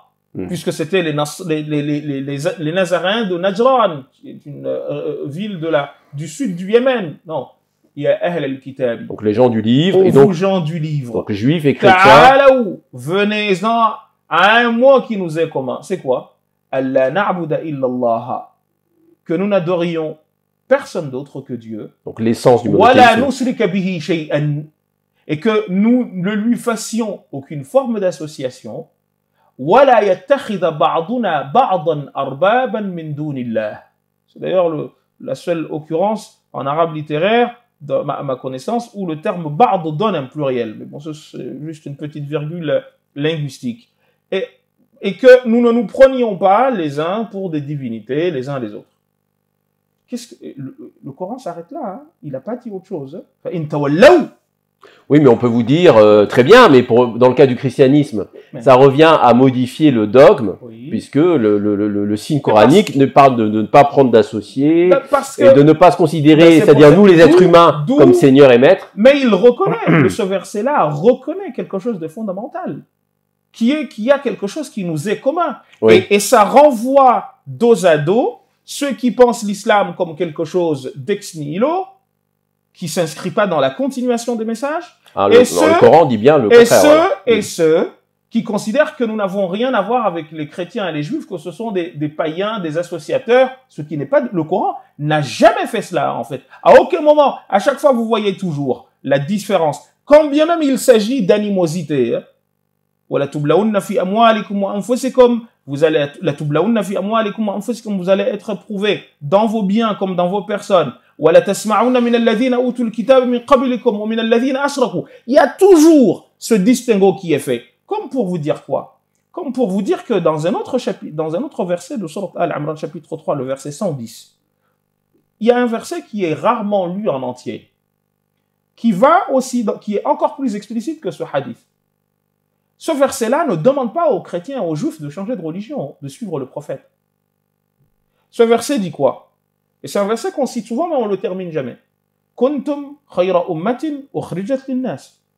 Vous êtes la meilleure communauté extraite pour les gens, d'ailleurs. Hein. C'est pas des hommes. Hein. C'est justement pour être au service d'eux. Mais nous, on a dit, nous sommes les meilleurs des communautés. Alors que, justement... Ah, c'est conditionné, hein. Il faut croire, au-delà de croire, faire le bien et... J'y arrive, voilà. Justement, c'est très intéressant. Il y a des conditions, hein, c'est pas... Bien entendu, voilà. Mais surtout que vous n'êtes pas la meilleure des communautés, comme on parlerait de peuple élu. Voilà. Pas du tout. Ce que malheureusement, nous avons aussi intégré, au point de considérer que tous ceux qui sont autres que nous sont perdus et ils iront en enfer. On y reviendra. Kuntum khayra ummatin ukhrijat linnas ta'muruna bil ma'rufi wa tu'minuna billah. Écoute. Vous recommandez le bien, vous interdisez le mal et vous croyez en Dieu. Et après, qu'est-ce qu'il dit? Si les gens du livre croyaient en quoi? Parce qu'ils sont déjà croyants. Ils croyaient en toi, Muhammad. Ce serait mieux pour eux. Mais aussitôt, le verset dit quoi? Minhumul mu'minuna. Certains parmi eux sont croyants. Le Coran les reconnaît comme croyants. Alors il y a des mufassiroun qui nous ont dit, oui. Parce qu'ils sont devenus musulmans, c'est ça? Oui. Alors parce qu'il y a un verset qui dit aussi, oui, ils ont une double récompense. Oui, sauf que ce verset-là, oui, si tu dis qu'ils sont devenus musulmans, mais ils sont plus gens du livre. Oui. Donc en fait, ça n'a pas de sens. Et moi, je dis souvent aux gens, mais attendons, mais réfléchissons 2 secondes. C'est que si ces gens-là sont devenus musulmans, ouais, mais ils sont plus Ahl-Kitab. Donc vous dites quoi? Vous dites que ces gens du livre, qui sont restés chrétiens, sont croyants. Donc le Coran leur reconnaît un statut de croyant, c'est ça? Ce verset-là, en tout cas, parce que l'exégèse qu'on nous a apprise, hein, et qui nous dit que en fait, ils ont embrassé l'islam, ouais, personnellement, elle me pose problème pour une raison toute simple. J'espère que tu seras d'accord avec moi. C'est-à-dire que si c'est des gens du livre, ouais, ils sont pas musulmans. Ouais, s'ils sont musulmans, ils ne sont plus gens du livre. Ouais. Or, le Coran les appelle ainsi. Si les gens du livre croyaient en toi, ce serait mieux pour eux. Et d'ailleurs, ce qui est mieux s'oppose pas à ce qui est pire, hein, s'oppose à ce qui est bien. Le bon qui s'oppose au D'accord. Alors, on va demander l'avis à Omar Dorman, d'autant que malgré tout, il y a comme le problème qui pose de la compréhension de la cohérence doctrinale sur cette question de ce fameux verset qui désigne ceux qui croient en l'incarnation de Dieu comme des gens qui ont mécru. Donc là, ça vise les chrétiens. Il y a d'autres signes coraniques, le Sourate 2, verset 98, donc quiconque est ennemi de Dieu, de ses anges, de ses envoyés, de Jibril et de Mikaïl, doit savoir que Dieu est l'ennemi des mécréants. Donc il y a aussi ce verset-là qui élargit la perspective. Néanmoins, il y a quand même ce signe coranique cité par Mohamed Bajrafil. On a du mal à s'y retrouver finalement dans tout ça. Est-ce qu'on peut édifier une doctrine qui soit cohérente sur le statut des gens du livre, hein, on parlait Ahl al-Kitab, les gens du livre, est-ce qu'ils sont sous un certain aspect croyant et pas sous un autre? Est-ce qu'ils sont... Voilà, comment on peut faire alors? Comment on doit faire? Dit tout à l'heure, vu qu'on est en train de parler sur une question religieuse, donc les textes religieux eux-mêmes doivent être consultés. Et je l'ai dit tout à l'heure, le verset de Ali Imran, toujours, la famille de Imran, que le Coran lui-même parle de lui-même. Il y a des textes clairs et nets et des textes équivoques. Que ceux-là doivent être vus et expliqués à travers les textes clairs, définis. Ali Imran, toujours, verset 85, Dieu dit وَمَنْ يَبْتَغِي غَيْرَ الْإِسْلَامِ دِينًا فَلَنْ يُقْبَلَ مِنْهُ. Celui qui n'accepte pas cet islam, la religion, dinan comme une religion, c'est-à-dire sa pratique, sa religiosité doit être en partie sur cette ne serait pas. Donc il est religieux. Hein, donc celui qui n'a pas pris l'islam comme religion, pour paraphraser un peu, sa religion, c'est-à-dire autre que l'islam, ne sera pas acceptée par Dieu. Donc il est, au jour du jugement également, il est parmi les perdants. Donc je pense que c'est un verset clair. Ceci n'exclut pas la religiosité de l'autre, la croyance de l'autre, il est croyant, hein, mais seulement, comme il a été bien dit, l'islam est la continuité de toute religion ancienne. Et également, dit Chartrevi dans un autre livre, l'I'tisam, dit que même les pensées philosophiques aujourd'hui et anciennes sont une continuité de la religion elle-même. Même ceux qui rejettent la religion par la raison philosophique, ben la philosophie elle-même également, dit Chartrevi, il le dit même dans le dictionnaire philosophique, j'ai oublié le nom, dictionnaire philosophique, il dit que toutes les pensées philosophiques ont une source religieuse. Et c'est tout à fait normal parce que Dieu a tout le temps, pour les religieux, envoyé des messagers. Et c'est à travers ces messagers que un message donc, qui va suivre un autre message, il va y avoir des fois un espace-temps important, qu'on garde l'essence de l'idée religieuse, mais on perd la religion. Et il dit, Chartrevi, que toute pensée religieuse ou philosophique, elle est due à un message divin. Donc forcément, l'islam également, c'est pour ça qu'on trouve des similitudes dans les trois religions. Mais il n'y a pas plénitude de la foi, c'est ça que vous voulez dire, c'est-à-dire elle n'est pas complète. Comme dit, ils ont rejeté une partie du livre et ils en ont conservé une autre. C'est ça. C'est ça que vous voulez dire, c'est-à-dire dans la partie qu'ils ont conservé, ils sont croyants dans cette partie-là, mais dans l'autre partie, c'est ça que vous voulez dire? C'est ça. C'est pour ça que nous considérons, l'islam considère que ceux qui ont validé et cru au message de Moïse, pour nous, c'est des musulmans. Vous voulez dire à l'époque de Moïse et jusqu'à l'arrivée du messager suivant. Jacob disait à ses enfants, ne mourrez que musulmans. Ça veut dire soumis à Dieu. Soumis à Dieu. Donc, pour nous, les anciens, c'est des musulmans. Ceux qui ont cru au message de Jésus à l'époque de Jésus, jusqu'à l'arrivée du prophète au 7e siècle, Mohammed, pour nous, c'est des musulmans. C'est pour ça qu'on ne considère pas comment il s'appelle le monsieur quand le prophète a reçu le message, Waraqat ibn Nawfal, il n'est pas considéré comme musulman parce que le prophète lui-même n'était pas messager. Il était envoyé, mais n'était pas, il n'avait pas l'obligation de transmettre le message. C'est pour ça qu'on ne considère pas Waraqat ibn Nawfal musulman de l'époque prophétique. Il est musulman de l'époque ancienne de Jésus. D'accord. On considère qu'Abu Bakr al-Siddiq, parce que le prophète Mohammed est devenu, il avait l'obligation de transmettre le message. Donc oui, une continuité c'est pour ça que le prophète lui-même dit, ceux qui ont cru au message de Jésus et à mon message à moi, ils ont double récompense. Alors qu'est-ce que vous dites sur la ayah que Mohamed Bajrafil a récité, c'est-à-dire la suite de Kuntum khayra ummatin ukhrijat linnas, la partie sur la amana des Ahl al-Kitab. S'ils sont mentionnés comme Ahl al-Kitab, donc ça peut pas être ces chrétiens qui seraient, enfin ou juifs, qui seraient devenus musulmans. Comment on peut l'interpréter de manière cohérente? On revient cohérente, je sais pas, mais interpréter. On a déjà parlé des niveaux de kafir. Il y a des niveaux de kafir, et le kafir croyant, il a une croyance, Ahl al-Kitab, qu'on appelle les gens du livre. On peut être kafir croyant. Kafir croyant d'autres, parce qu'on ne croit pas au message prophétique. Mais là, le Coran reconnaît ça. Reconnaît ça. C'est quand même intéressant. Oui, c'est des croyants. Sur le plan théologique, c'est intéressant. Oui. Et d'ailleurs, le verset que...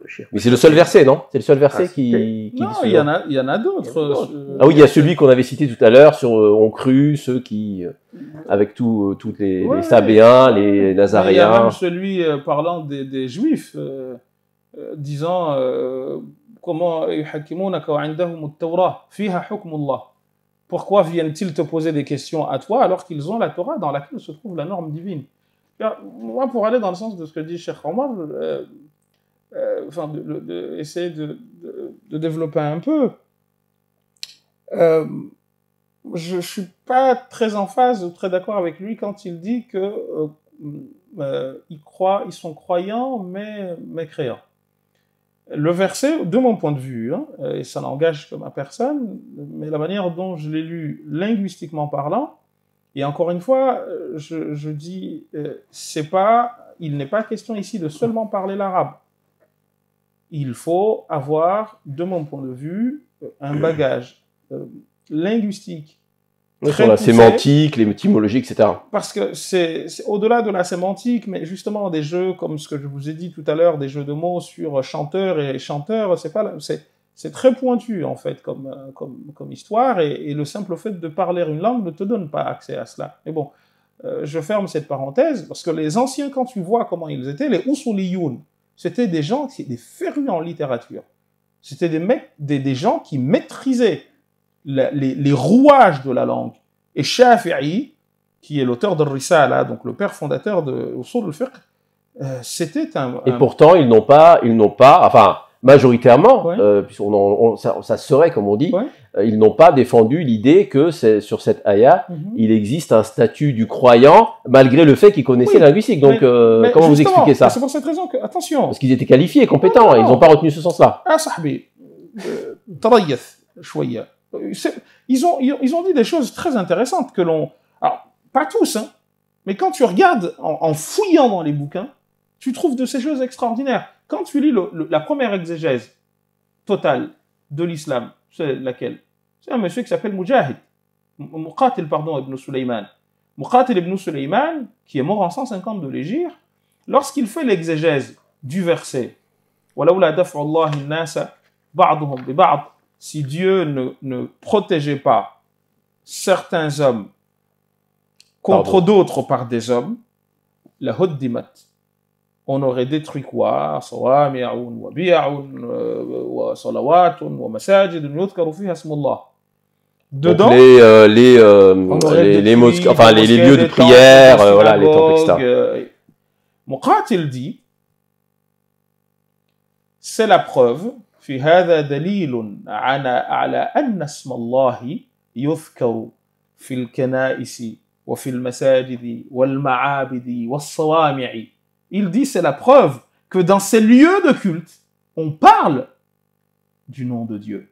يذكر فيها اسم الله كثيرا. Oui, ça c'est dit clairement. Ouais. Et en disant cela, d'ailleurs, Tahir ibn Ashur, lorsqu'il fait l'exégèse de ce verset, il dit c'est la preuve que l'islam défend la liberté de penser et la liberté de croire ou de ne pas croire, la liberté de conscience. Car, dit-il, ce verset-là prescrit pour le musulman le devoir de se battre pour qu'il y ait une église, pour qu'il y ait une synagogue, pour qu'il y ait un temple. Alors ça, c'est pas remis en cause. Hein. Justement, et il va plus loin. Il dit, s'il meurt, ou une mosquée, s'il meurt martyr. Et ça, c'est quelque chose de très important à dire. Comme pour dire quoi? Comme pour dire qu'en fait, ce qui est fondamental dans toutes ces notions-là, c'est que le Coran, il est là en train de nous dire quoi? Quand il dit si les gens du livre croyaient en toi, Muhammad, lakana khayran lahum. Pour moi, linguistiquement, ce verset, il est fondamental. S'ils croyaient en Dieu et en toi, d'ailleurs, il ne dit pas qu'ils sont croyants, il dit s'ils croyaient. Non. Il dit aussitôt, minhumul mu'minun. Certains parmi eux sont croyants. Wa aktharuhumul fasiqun. Ah ouais, mais pourquoi certains et pas d'autres? Est-ce que c'est pas parce qu'ils cachent leur foi, leur adhésion à l'islam, et c'est-à-dire qu'ils n'osent pas se déclarer musulmans et à part ils sont. Non, le Coran il est en train. Ah ouais, mais là aussi il faut comprendre pourquoi certains et pas d'autres. Déjà, parce que le Coran il est jamais dans la généralisation. Attention, le Coran, la notion de ta'mim et d'essentialisation est anti-coranique, alors que c'est un jeu auquel nous musulmans aujourd'hui nous nous livrons mais à cœur joie. Il le dit à plusieurs reprises. Laysu sawa.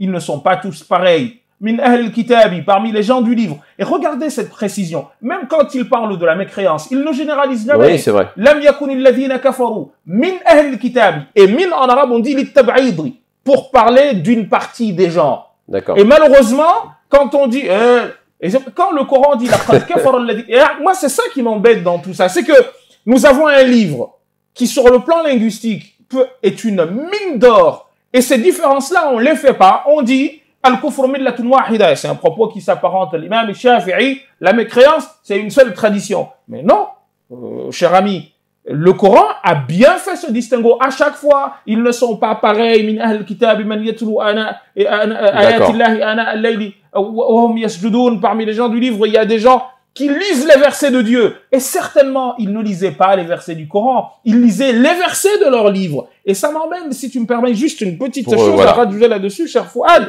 à dire une chose qui se trouve dans Muwatta Malik, dans le commentaire d'Ibn Battal sur Sahih al-Bukhari, que tu trouves chez l'Aini, que tu trouves chez al-Baji, al-Maliki, al-Andalusi, qui nous dit quoi, ce propos?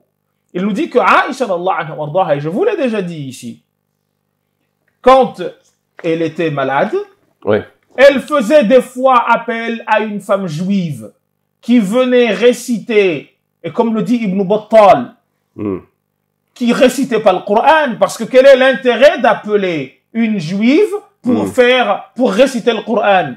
Elle appelait une juive qui venait dans la maison du prophète sallallahu alayhi wa sallam, parce que c'est de cela qu'il est question aussi, sur le plan symbolique, c'est très fort, et qui récitait la Torah dont elle espérait la guérison. Ya Jama'a, c'est pas quelque chose donc c'est une guérisseuse, quoi. C'est pas quelque chose de... C'est pas banal, ces histoires-là. Quand vous avez l'histoire de la Kaaba, dont on nous dit, l'imam al-Zahabi, dans Siyar A'lam al-Nubala et dans Tarikh al-Islam, il nous dit que deux personnes qui sont des tabi'in, qui sont morts en 110 de l'Hégire, excusez du peu, Ata ibn Abi Rabah et Allahumma salli Muhammad, l'autre, le nom ne me vient pas, disent clairement qu'à l'intérieur de la Kaaba, il y avait un dessin de la Vierge Marie qui portait sur la scène de la crèche, ya sahbi, qui portait le petit Jésus sur ses cuisses, que ce dessin-là était bien présent dans la Kaaba jusqu'en 64-65, date à laquelle les Omeyyades qui cherchaient la tête de Abdullah ibn Zubayr, qui avait trouvé refuge à l'intérieur de la mosquée, ils ont brûlé la Kaaba. Et soit dit en passant, c'était pas des Illuminati ou des sionistes. Ils visaient pas le dessin, mais ils ont détruit la Kaaba en tant que telle, et en détruisant la Kaaba, ils ont détruit le parce que souvent, on a tendance à penser que non, on n'avait pas besoin de je ne sais qui, d'ennemis imaginaires. Pour casser cela, c'est nous-mêmes musulmans qui l'avons détruite. Eh ben, eux là, ils te disent quoi? Ils te disent que cette image-là était bel et bien présente. Et Zahabi dit, وَهَذَا خَبَرٌ صَحِيحٌ, et c'est le plus grand spécialiste des traditions prophétiques. Et cet avis-là, ce récit-là est authentique. Ceux qui veulent aller chercher, ils peuvent retourner. Très bien, vous avez donné les références. Merci beaucoup Mohamed Bajrafil. Je vais conclure cette émission en sortant un petit peu du sujet, mais ça me semble important. Est-ce qu'on peut encore parler librement de ces sujets en France, hein, la notion de croyance, la notion d'incroyance, notamment en lien avec l'islam. On voit des imams se faire expulser de France, on a vu, hein, pour avoir cité un verset du Coran, récemment ça a été le cas. On sent quand même un climat assez lourd d'intimidation, beaucoup de responsables religieux ont peur de s'exprimer publiquement sur différents sujets, hein. Ça peut être ces sujets-là, mais aussi des questions qui font l'actualité, hein, la question du voile, la question du burkini, ou des questions qui semblent secondaires par rapport à ces sujets, au sujet qui a occupé notre émission, mais de manière générale, on sent quand même un climat de peur, d'intimidation. Est-ce qu'on peut encore parler librement de religion dans notre société aujourd'hui? Est-ce que la tentation d'arrondir les angles, de taire certaines choses, ou de faire preuve de concordisme, d'aller dans un sens de concordisme, est-ce que cette tentation n'est pas forte aujourd'hui, Omar Durman? Oui, forcément. On le voit, on le lit. Notamment, un très beau livre de Laganière, Penser dans un monde mauvais.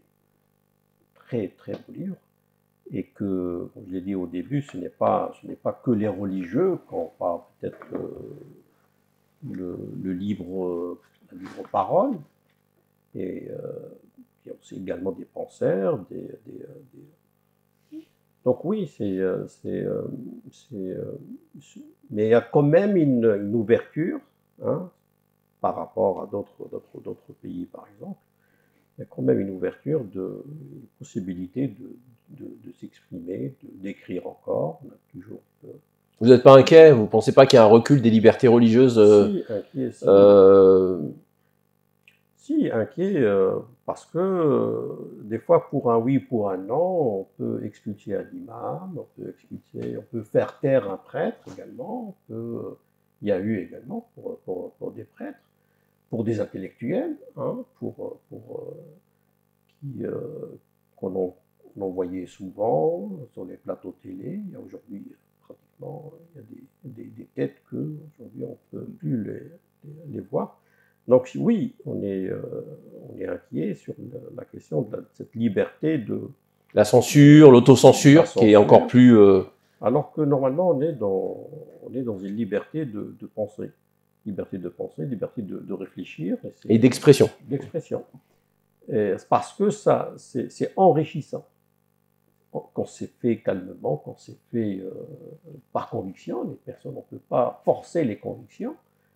C'est pour ça que... Dans tous les sens. Dans tous les sens. C'est pour ça qu'il y a cette laïcité qui est un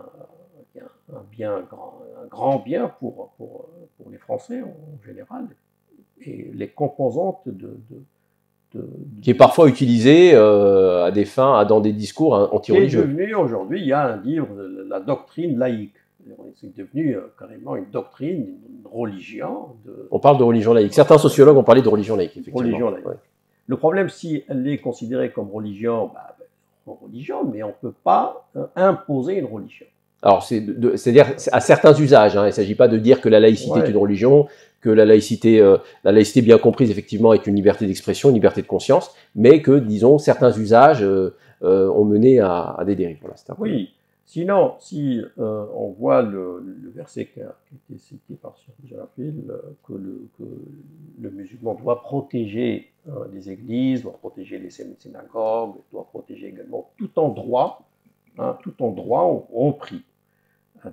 Les musulmans, ils l'ont mis en pratique quand ils étaient bien éclairés sur la question religieuse. J'avais écrit un article il y a longtemps sur liberté, égalité, fraternité et sa compatibilité avec l'islam. J'ai donné un exemple, une histoire qui s'est passée au XVe siècle au Sahara algérien. Sahara algérien, 15e siècle, il y a une communauté algérienne, juive, donc qui pratique, et à un certain moment voulait construire une synagogue. Donc elle va consulter l'imam, le moufti du Sahara, qui va autoriser le financement.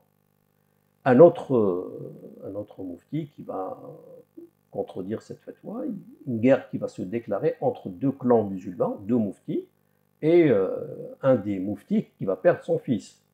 Il va perdre son fils. Après, au final, il va envoyer la question à Tilimsène qui fut la capitale des Malikites, Ibn Zikri, grand Malikite algérien, qui va répondre en autorisant la construction d'une synagogue. C'est-à-dire, tout en les considérant comme kafir, je veux dire, par rapport à notre islam. Mais respecter la religion de l'autre et l'aider. En plus, le prophète rentre un jour chez un chrétien qui voit le prophète la Bible par terre. Donc il prend la Bible, il la nettoie, il dit fais attention, tu dois la poser dans un endroit parce qu'elle contient la parole de Dieu. Ah, on ne connaît pas cette tradition. Ouais, on ne la connaît pas. C'est la première fois que je l'entends en tous les cas.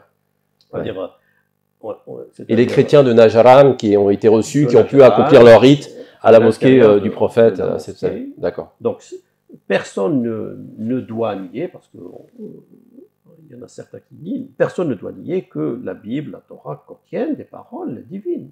Le Coran le dit, parle des précédentes révélations, oui, bien sûr. On doit aussi les respecter comme telles. D'accord. Mohamed Bajrafil, est-ce que vous avez des inquiétudes sur voilà, ce climat de peur, d'intimidation? Est-ce qu'on peut parler encore aujourd'hui librement de religion dans l'espace public?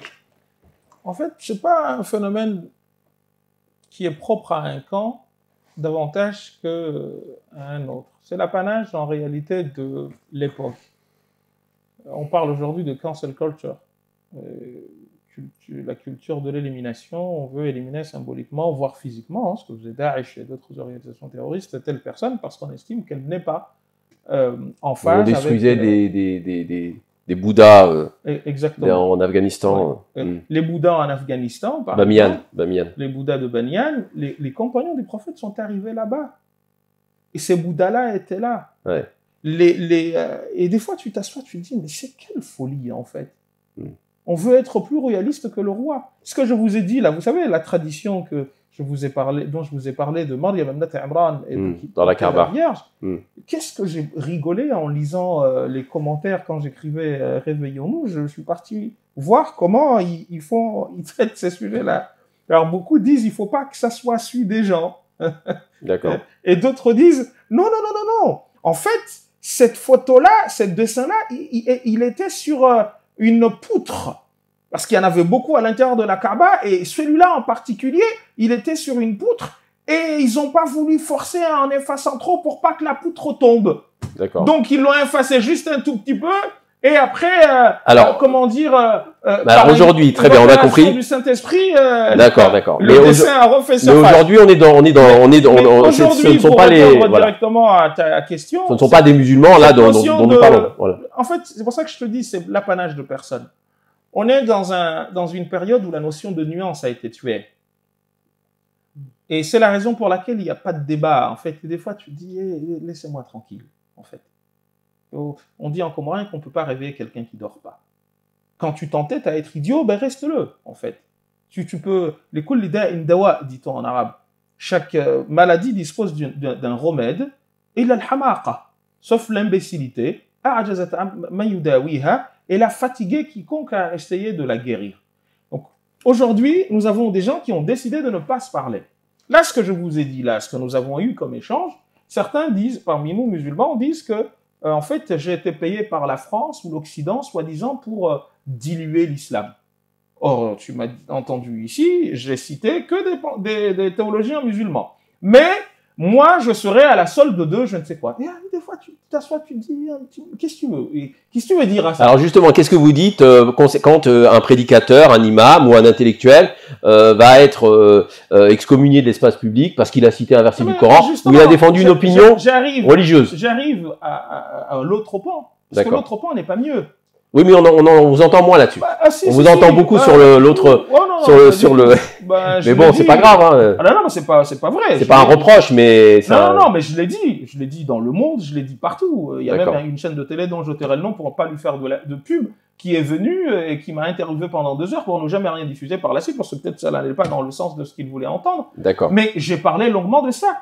On n'a jamais lutté dans l'histoire de l'humanité, tenez ça bien, c'est le Ghazali qui le dit d'ailleurs dans l'Ihya, on n'a jamais lutté contre une idéologie par la force. À une idéologie, on oppose une idéologie, mais pas les biceps. Parce qu'à chaque fois, et c'est d'une débilité incroyable, en fait, à la limite, même si on voulait vraiment lutter contre l'islam, ou contre une certaine pratique de l'islam... Oui, sur le terrain des idées, vous voulez dire. Sur le terrain des idées... non. Des arguments. Non, justement, c'est ce qu'il faudrait faire, en fait. D'accord. Sauf que certains disent, en fait, on a perdu la bataille des idées, donc qu'est-ce qu'on fait? On ferme des maisons d'édition. Il y a une maison d'édition en question qui m'insultait, qui me traitait de tous les noms. Mais jamais de la vie. Pour moi, ce qu'il disait, c'était des fadaises. Sur le plan historique, etc. Il faisait de l'anachronisme sans nom. Je rigolais, en fait, en lisant. Mais, jamais de la vie, je serais parti... Non, on peut démonter... Enfin, si on devait fermer des maisons d'édition parce qu'elles ont commis des erreurs historiques dans leurs ouvrages, on en fermerait beaucoup aussi. Non, mais non, parce qu'on leur reprochait de prêcher tel ou tel ou tel. En fait, quand la méthodologie coranique sur cette question-là est de dire que tout argument auquel on veut s'opposer mérite d'être présenté fidèlement pour ensuite le dézinguer sur le plan des idées.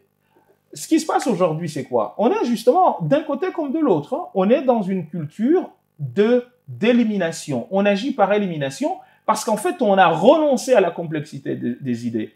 Aujourd'hui, c'est pas de cette manière que l'on peut, que l'État ou je ne sais quoi en France, par exemple, va pouvoir lutter contre tel courant ou tel courant. Non. En fait, en faisant cela, ils renforcent les courants qu'ils disent vouloir combattre. Et c'est en cela que, personnellement, j'ai eu à le dire au monde, je me dis, c'est soit par imbécilité, soit par cynisme, soit par ignorance, ou les trois à la fois. Mais c'est pas possible, en fait. C'est trop gros. Tu peux pas, il y a des choses qui peuvent pas passer. Et tu te dis, on est en 2020, 2021, 2022. Donc vous êtes inquiet ou pas? Est-ce Moi, que ça vous inquiète? Ou est-ce que finalement, vous êtes habitué, malheureusement. Je suis blasé, voilà, pour être honnête avec toi. Donc ça ne vous surprend pas. Et pour être honnête avec toi, ça ne vous inquiète pas plus que ça finalement. C'est pas que ça m'inquiète pas, c'est que je suis blasé. En fait, tu arrives à un point où tu te dis, mais non, c'est pas sérieux. En fait, non, là, tu sais, on trouve. En fait, on arrive au fond, on trouve. Bon, on se dit, bon, là, ils sont arrivés au fond, ils vont arrêter. Mais non, justement, on creuse encore et encore. Jusqu'au centre de la Terre. C'est quoi le but de tout cela? Et c'est pour ça que je te dis, on vit une période assez particulière dont parlait Gramsci. En fait, souvent, ces périodes-là sont des périodes qui peuvent accoucher de monstres. Et c'est la raison pour laquelle nous autres appelons tout le monde à la retenue, tout le monde à la complexité. Introduisons de la nuance dans ce que nous disons. Introduisons de la nuance dans notre manière d'agir avec l'autre, dans notre rapport à l'autre. Moi, quand je dis tout le temps je parle de réforme en islam, je ne parle pas de réformer le Coran. On en a parlé, on a eu une émission, je renvoie les auditeurs. Le but, c'est de dire aux gens, attendez les amis, les lunettes que nous avons aujourd'hui, les réalités que nous vivons aujourd'hui, forcément agissent sur notre manière à nous de lire ces textes. Si ces textes-là, Cheikh Omar Dourman les avait lus quand il avait 30 ans, par exemple, ou 20 ans, il ne les aurait pas lus de la même manière. Et s'il les lit de la même manière, c'est qu'il y a catastrophe. Donc une manière de dire que, attention, il y a de la complexité à mettre d'un côté comme de l'autre. Mais malheureusement, on a sacrifié la nuance à l'autel de la bêtise. Merci beaucoup, Mohamed Bajrafi. Ce sera le mot de la fin. Je remercie nos auditeurs de nous avoir suivis. Merci Omar Dourman également d'avoir accepté notre invitation. N'hésitez pas à nous soutenir, à liker, à partager cette émission. Et moi, j'aurai le plaisir de vous retrouver très prochainement sur Mizan TV.